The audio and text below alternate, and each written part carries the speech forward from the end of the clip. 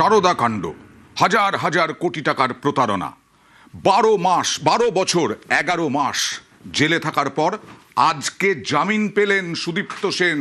সমস্ত মামলা থেকেই জামিন। একটু চলে যাব প্রতিনিধি অর্ণবের কাছে, কারণ 12 বছর 11 মাস নিউজ 18 বাংলার দর্শকদেরকে একটু মনে করানোর চেষ্টা করব। অর্ণব, 2013 সালে কিভাবে গ্রেফতার হয়েছিলেন সুদীপ্ত সেন এবং তার বিরুদ্ধে কত বড় বড় অভিযোগ ছিল?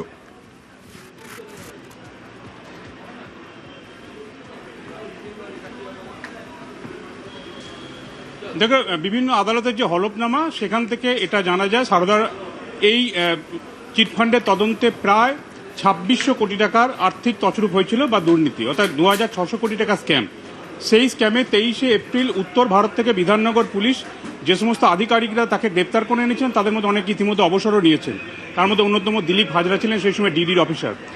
এবং 23শে এপ্রিল দেবযানী মুখোপাধ্যায় এবং সুদীপ্ত সেন তাকে ধরে নিয়ে আসা হয় সোনমার্গ, জম্মু কাশ্মীর থেকে, এবং তারপর থেকে তিনি বিভিন্ন মামলায় জড়িয়েছেন। মোট 389টা মামলা হয় এই সুদীপ্ত সেনের বিরুদ্ধে।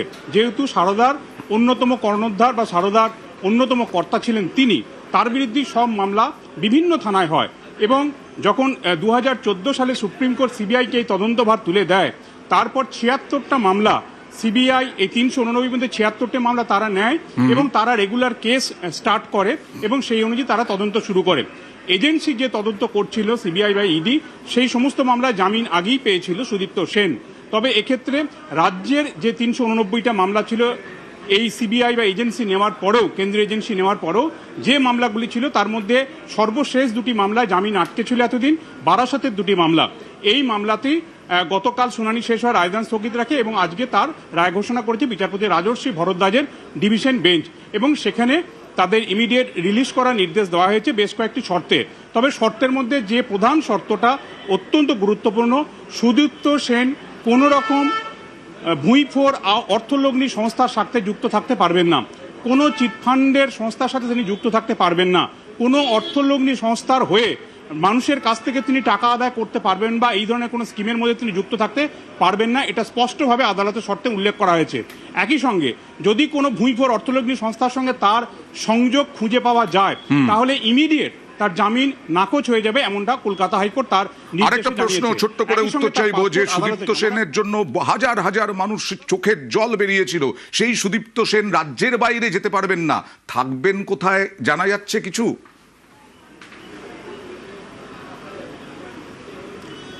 দেখো, তার আইনজীবীর উদ্দেশ্যে এই প্রশ্ন নির্দিষ্ট করেছিল যে তার পরিবারের তরফে কেউ তাদের সাথে যোগাযোগ করে কিনা।